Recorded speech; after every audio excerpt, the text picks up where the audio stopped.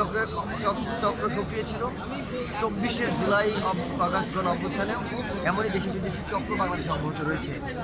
হাসিনা কিংবা তার দোসররা এই বাংলাদেশে একেবারেই বাতিল। তারা এই বাংলাদেশে আসার মতো ন্যূনতম সুযোগ এই বাংলাদেশে নেই।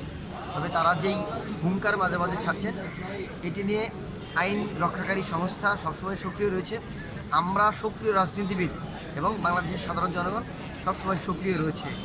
আমরা কোনো ধরনের অস্থিতিশীল পরিস্থিতি তৈরি করার আগেই এটিকে যেই প্রক্রিয়ার মধ্য দিয়ে থামানো যায় সেটির জন্য আমরা সচেতন হয়েছি।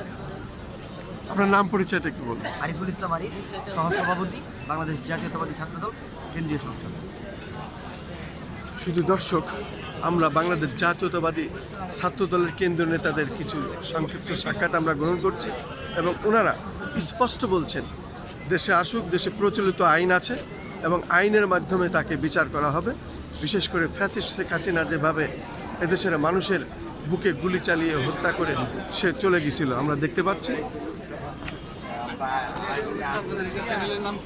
আমার দিচ্ছে একটু ধরে, আমরা দেখতে পাচ্ছি ছাত্র দলের হাজার হাজার নেতাকর্মীরা এইভাবে অপেক্ষা করছেন।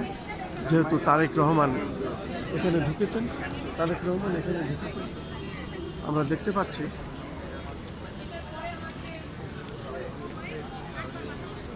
প্রশাসনের লোকজন, বিজিবি এবং সব ধরনের গোয়েন্দা সংস্থার লোকেরা এখানে অবস্থান করছেন।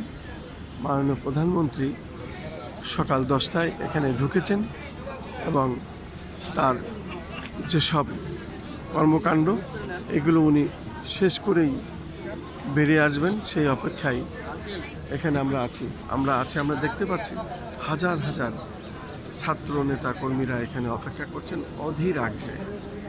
মাননীয় প্রধানমন্ত্রী জনাব তারেক রহমান যখন বেরিয়ে আসবেন সেই অপেক্ষাতেও তারা আছেন।